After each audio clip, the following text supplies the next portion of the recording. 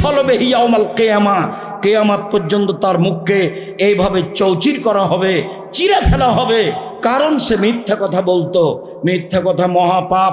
তারপরে আপনি দেখলেন যে লোকটা চিত হয়ে শুয়ে রয়েছে, ও হচ্ছে আলেম মানুষ, কোরআন হাদিস জানতো, সে রাতে কোরআন তেলাওয়াত করতো না, দিনে সে অনুযায়ী আমল করতো না, তাই তার মাথাকে ভেঙে চৌচির করে দেওয়া হচ্ছে। তারপর আপনি দেখলেন গর্তে নারী ও পুরুষ উলঙ্গ অবস্থায় জ্বলছে, ধাঁধা করে উপরে চলে যাচ্ছে, আবার নিচের দিকে আসছে, তারা হচ্ছে বেভিচারণী। অন্য এক বর্ণনায় এসেছে, আমি চলতে চলতে হঠাৎ এক সম্প্রদায়ের কাছে চলে আসলাম, তারা ছিল অনেক মোটা, একবারে 25-30 হাত উঁচু আছে, মোটা মোটা, আর তাদের গায়ে ছিল খুব দুর্গন্ধ, মনে হচ্ছিল যেন গণশৌচাগার, মনে হচ্ছিল যেন রাস্তাঘাটের টয়লেট। আমি বললাম, মান হাউলায়, এরা কারা? তখন তারা বলেছিল অহমুজ্জনাত জাওয়ানি, তারা হলো ব্যভিচারণী। সম্মানিত দিনী ভাই বোন, বিষয়টি খুব বেশি ভাবার। এরপরে আমরা চলে আসলাম একটা নদীতে, রক্তের নদীতে যাকে ফেলে রাখা হয়েছে সে হলো সুদখোর। যতবার উঠতে চেষ্টা করছে ততবার তার মুখের উপরে মেরে তাকে রক্তের নদীতে করে দেওয়া হচ্ছে, তাতে তার মুখ ভেঙে চৌচির হয়ে যাচ্ছে। এইভাবে তাকে শাস্তি দেওয়া হবে কিয়ামত পর্যন্ত।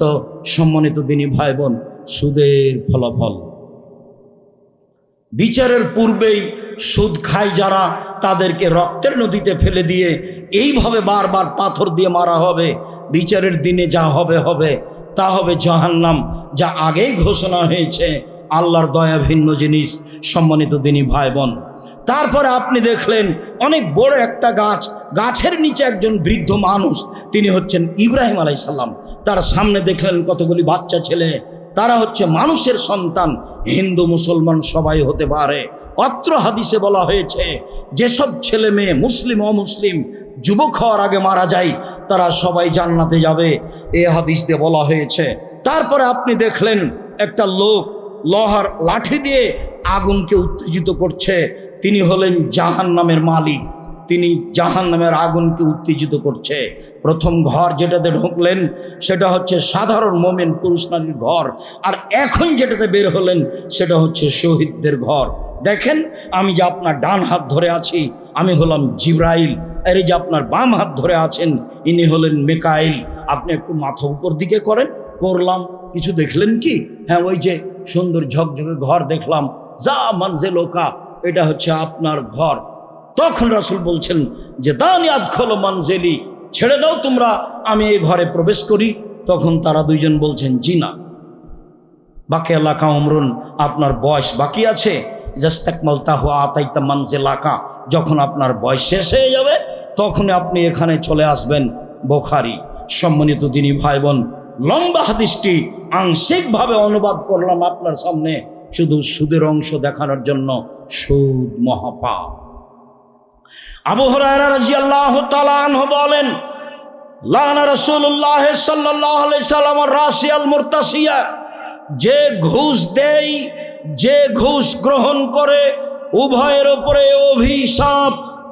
উমামা বাহিলি রাদিয়াল্লাহু তাআলা আনহু বলেন, রাসূল সাল্লাল্লাহু আলাইহি ওয়াসাল্লাম বলেছেন, পৃথিবীর মানুষ শুনে রেখা, কাউকে যদি কোনো কাজে নির্ধারণ করা হয়, আল্লাহ রাসূল বলছেন, আমি যদি মানিস্তামাল না হুয়া আলা আমালিন, আমি যদি কোনো মানুষকে কোনো কাজ দিই, ওয়ারাজাক না হু রিজকান, আমি যদি তার বেতন নির্ধারণ করে দিই, ফামা আখাজা বাদাহু ফাহুয়া রিবা, এরপরে যদি ও কিছু গ্রহণ করে সেটাই হলো সুদ, সেটাই হলো ঘুষ, সেটাই হলো আত্মসাৎ। পৃথিবীতে যত অফিস আদালতে কোর্ট কাছারিতে টাকা ছাড়া কাজ হয় না, এরা সবাই সুদ খায়, এরা সবাই জাহান্নামের খড়ি হিসাবে প্রস্তুত হচ্ছে। সম্মানিত দিনী ভাই বোন, অত্র হাদিসে এটাই প্রমাণ হয়।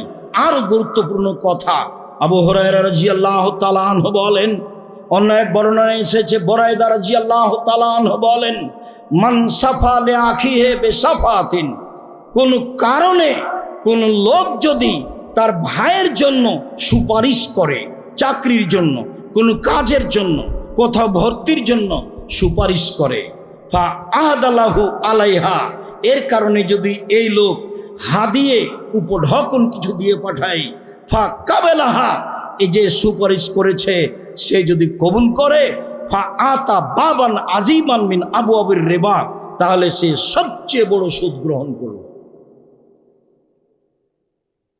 সামাজিকভাবে আমার সুপারিশে কারো চাকরি হয়েছে, কোনো কাজে সে সুবিধা ভোগ করেছে, সে আমাকে খুশি হয়ে হাদিয়ে দিয়েছে, সেটা নেওয়া আমার জন্য হারাম।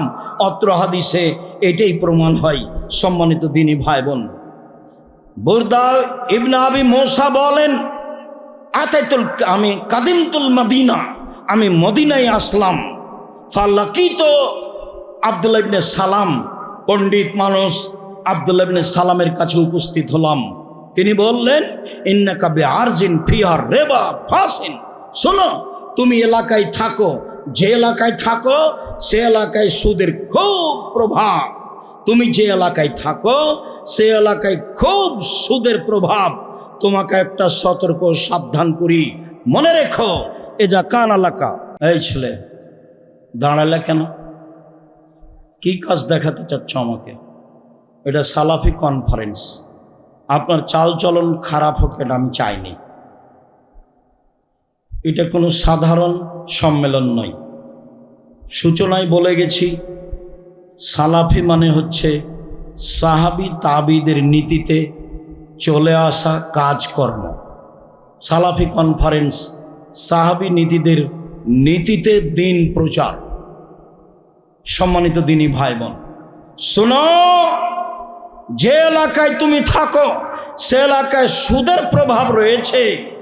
যদি কারো কাছে তোমার টাকার লেনদেন থাকে, ফা আহাদা এলাইকা হামলা তিবলিন আও হিমলা তিবনিন আও শাইরিন আও হিমলা কাত্তিন ফালা তাখুজুহু বাইনুর রিবা, যার কাছে তোমার টাকা দেওয়া আছে, ঋণ দেওয়া আছে, সে যদি এক বোঝা খড় ভুসি দিয়ে পাঠায়, এক বোঝা ঘাস দিয়ে পাঠায়, এক বোঝা গম বা গমের ঘাস খোসা দিয়ে পাঠায়, ফালা তাখুজুহু, এটা তুমি নিও না, এটা হচ্ছে সুদ, এটা তুমি নিও না, এটা হচ্ছে সুদ।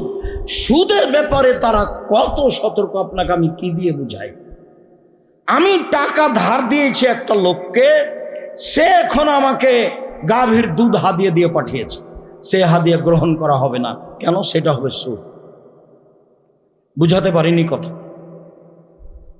এমনি তো হুবাহু বেশি হলে তো সুদ, এটা হচ্ছে একেবারেই নগদ সুদ। তারপরে তিনি বলছেন, যাকে আমি কিছু দিয়ে রেখেছি সে যদি আমাকে একটা ঘাসেরও বোঝা দিয়ে পাঠায়, আমি সেটা নিব না, নিলে সুদ হবে। সে যদি আমাকে 1 কেজি দুধ দিয়ে পাঠায় তাহলে আমি তা নিব না, কেন? সেটা সুদ হবে। কেউ যদি আমাকে আম দিয়ে পাঠায়, আমি তাকে টাকা ঋণ দিয়ে রেখেছি, তাহলে সেটা আমি নিব না, কেন? সেটা সুদ হবে। তবে আগে থেকে এটা প্রচলন ছিল লেনদেন, পরে আবার টাকা ঋণ দেওয়া হয়েছে, এমনটা না জায়েজ নয়, এমনটা হারাম নয়, এমনটা জায়েজ। শেষের কথা বুঝা গেল না মনে হয়? ঋণ দেওয়ার আগেই থেকে আমাদের কি ছিল? ঋণ দেওয়ার আগে থেকেই হাদিয়া দেওয়া একটা প্রচলন ছিল, দিয়েছি, এরপরে টাকার দেওয়া লেনদেনের কাজ হয়েছে। এখন যদি হাদিয়া দিই বা নিই তাহলে এর অন্তর্ভুক্ত হবে না, শুধুমাত্র এই কারণে সেটাই হবে সুদ। রাসূল সাল্লাল্লাহু আলাইহি ওয়াসাল্লাম বলছেন, কুল্লু কারজিন যাররা মানফাতান ফাহুয়া রিবা, প্রত্যেক ঋণ যেটাতে সুবিধা নিয়ে আসে, বর্ধিত কিছু নিয়ে আসে, সেটাই সুদ। প্রত্যেক ঋণ যেটাতে বর্ধিত কিছু নিয়ে আসে সেটাই সুদ, সেটাই হারাম। সম্মানিত দিনী ভাই বোন, আপনাকে এই সংক্ষিপ্ত বিবরণে যেটা বলতে চাইলাম সেটা হলো সুদের সর্ব ধরনের লেনদেন বন্ধ করতে হবে। 1 মিনিট।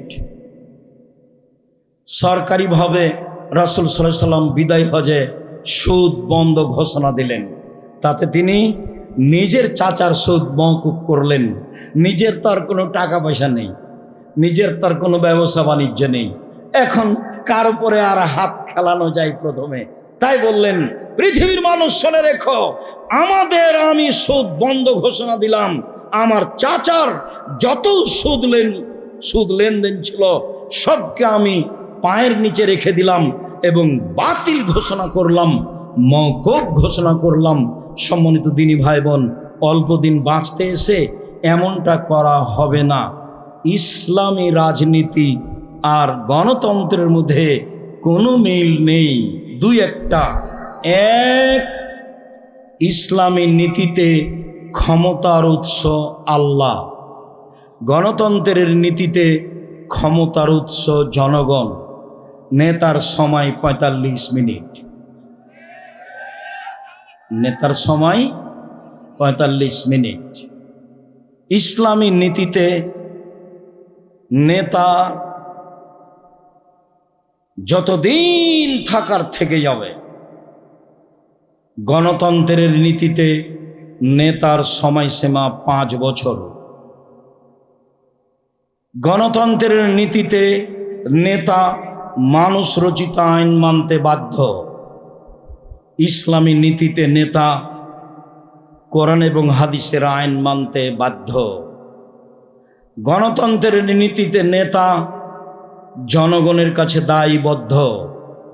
ইসলামী নীতিতে নেতা আল্লাহ এবং আল্লাহ রাসূলের কাছে দায়বদ্ধ। ডক্টর সাহেব অনেক সুন্দর কথা বলছিলেন, তবে শেষের কথাটি শরীয়তের অনুকূলে হয়নি। সেটা হলো এই, সারা পৃথিবীর আলেম ওলামা যদি এক ফিল্ডে বলে যে গণতন্ত্রের নীতিতে নেতা নির্বাচন করতে হবে, তা হবে হারাম, তা হবে নাজায়েজ। সারা পৃথিবীর আলেম যদি এক জায়গাতে হয়ে বলে গণতন্ত্রের নীতিতে নির্বাচন করে নেতা নির্বাচন করতে হবে, এটা হারাম, চিরদিনের জন্য হারাম। ওমর রাদিয়াল্লাহু তাআলা আনহু দুনিয়া থেকে বিদায় নিয়েছেন, ঝামেলা দুনিয়াতে প্রকাশ পেয়ে গেছে। ঈসা আলাইহিস সালাম পর্যন্ত ঝামেলা বহাল থাকবে। আল্লাহ রাসূল বলছেন, বুখারীর হাদিস, একজন নবী আমার সামনে দিয়ে পার হলেন, দেখলাম একজন মানুষ সাথে আছে, মানে এই নবী সারা জীবন দাওয়াত দিয়ে একটা লোক হেদায়েত হয়েছে। বুখারীর হাদিস, আমার সামনে দিয়ে একজন নবী পার হলেন, দেখলাম 2 জন মানুষ হেদায়েত, 2 জন মানুষ সাথে আছে, মানে ওই নবী সারা জীবন দাওয়াত দিয়ে 2 জন মানুষকে হেদায়েত করতে পেরেছেন।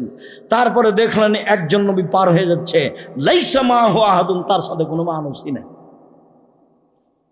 তো দেশে ইসলাম কায়েম করবেন কি দিয়ে? সারা পৃথিবীতে মাত্র 2 জন মানুষ, ইব্রাহিম আলাইহিস সালাম আর তার স্ত্রী, আর কেউ নেই। বউ আটকা পড়ল, ক্ষমতা দিয়ে বের করতে পারলেন না। ফেরাউন ডুবে গেল, মুসা আলাইহিস সালাম চলে গেলেন। রাজ সিংহাসন ফাঁকা, দখল করে কাজ চালু করলেই তো হয়। সম্মানিত দিনী ভাই বোন, কিয়ামত পর্যন্ত গণতন্ত্রের নীতিতে নেতা নির্বাচন হবে না। মানুষের আকীদা পরিবর্তন করেই দাওয়াতের মাধ্যমে নেতা নির্বাচন করতে হবে। হবে না হয় হবে না।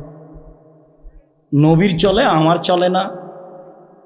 একজন নবীর একজনও লোক হেদায়েত হয়নি, তো তার চলে, আমার চলে না। একজন নবীর একটাই মানুষ হেদায়েত হয়েছে, তো সেই নবীর চলে, আমার চলে না। নূহ আলাইহিস সালামের 950 বছর দাওয়াতে মাত্র 4 জন ছিল, বাকি সব পালিয়ে গেছে। তো নূহ আলাইহিস সালামের চলে, আমার চলে না।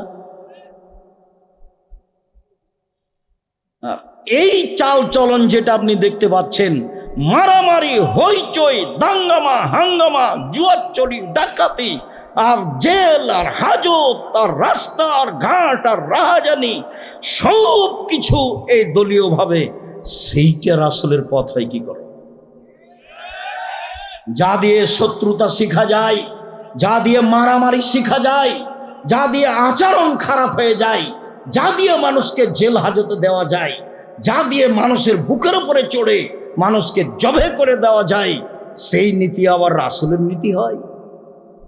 ওমর রাদিয়াল্লাহু তাআলা আনহু পরামর্শের ভিত্তিতে নেতা নির্বাচন করতে বলেছেন। যেদিন পরিবেশ হবে সেদিন হবে অর্ধ পৃথিবীর খলিফা কুশাগর বুদ্ধিজীবী রাজনীতিবিদ ওমর নেতৃত্বের যেই পদ্ধতি পেশ করেছেন সেটাই হবে পদ্ধতি।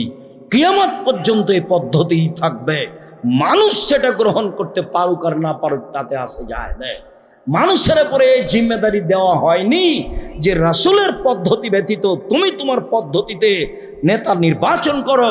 তিনি বলছেন পৃথিবীর মানুষ শুনে রেখো, ইয়াতি মিন বাদি আইম্মা, আমার পরে কতগুলি আলেম ওলামা আসবে, ইহদুনা বিগাইরি হাদিয়াতি, আমার আদর্শ ছেড়ে দিয়ে অন্য আদর্শ গ্রহণ করে বলবে এটাই রাসূলের আদর্শ। আমার সুন্নাত ছেড়ে দিয়ে অন্য সুন্নাত গ্রহণ করে বলবে এটাই রাসূলের সুন্নাত। ওদের দেখতে লাগবে মানুষ, ওদের অন্তর হবে শয়তানের অন্তর। ওদের দেখতে লাগবে মানুষ, ওদের হবে অন্তর হবে শয়তানের অন্তর। আমার আদর্শ ছেড়ে দিয়ে অন্য আদর্শ গ্রহণ করে বলবে এটাই রাসূলের আদর্শ। তিনি বলেছেন পৃথিবীর মানুষ শুনে রেখো, এরা এমন হবে আমার ভাষাতেই কথা বলবে। তারা হবে আমার চামড়ার মানে মুসলমান, তারা আমার ভাষাতেই কথা বলবে মানে কোরআন হাদিস পেশ করবে। কোরআনের আয়াত পড়ে বলছে দেখেন আল্লাহ বলছেন মিলাদ করতে হবে। আরো কত সম্মানিত দিনী ভাই বোন, ইমান হারিয়ে 10 দিন বাঁচতে এসে, একদিন 1 ঘন্টা বাঁচতে এসে ইমান হারিয়ে বেঁচে থাকতে রাজি নয়, মাস্ক পরে করোনা ঠেকাতে রাজি নই। ছেলেটা বলছে 2 ভাই বোন, হুজুর ভিতরে আসেন না, হুজুর আপনি ভিতরে আসেন না, হুজুর আপনি ভিতরে আসেন না। যে না, তোমার আব্বার গায়ে হাত দিয়ে দোয়া করে যাব, এতে যদি আমাকে করোনা হয় তাহলে আমি বলবো না তোমার বাপের কারণে হয়েছে। কেন? আমি রাসূলের কথাকে বিশ্বাস করি। রাসূল সাল্লাল্লাহু আলাইহি ওয়াসাল্লাম বলেছেন যেদিন পৃথিবী সৃষ্টি করা হয় তার 50,000 বছর পূর্বে মানুষ সৃষ্টি করা হয়েছে। সেদিন 4টে জিনিস লেখা হয়েছে, হায়াতাহা তার জীবন, মাউতাহা তার মরণ, রিজকাহা তার রুজি, মাসায়েবাহা তার করোনা রোগ ব্যাধি।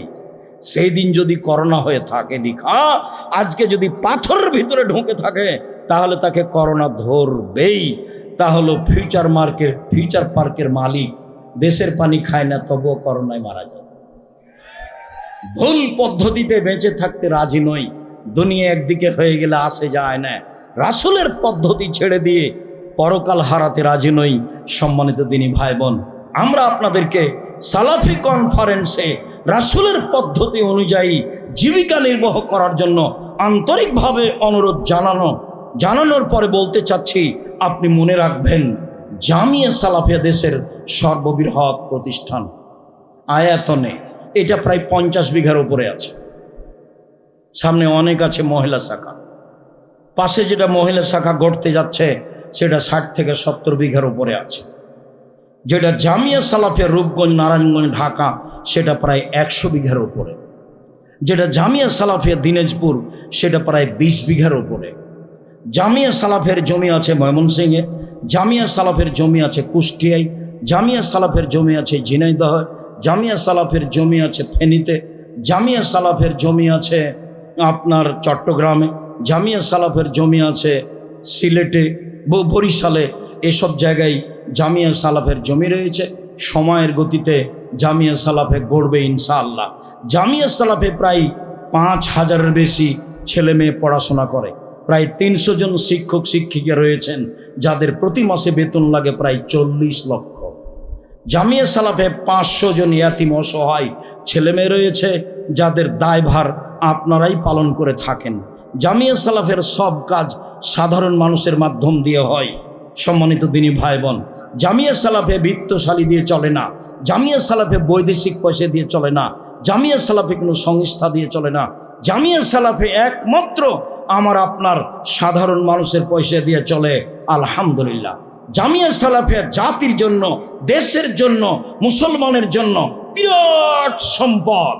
যেখানে শিরক হয় না, শিরক মুক্ত প্রতিষ্ঠান জামিয়া সালাফিয়া, বিদআত মুক্ত প্রতিষ্ঠান জামিয়া সালাফিয়া, দল মুক্ত প্রতিষ্ঠান জামিয়া সালাফিয়া, সংগঠন মুক্ত প্রতিষ্ঠান জামিয়া সালাফিয়া, দেশের সর্ববৃহৎ প্রতিষ্ঠান জামিয়া সালাফিয়া।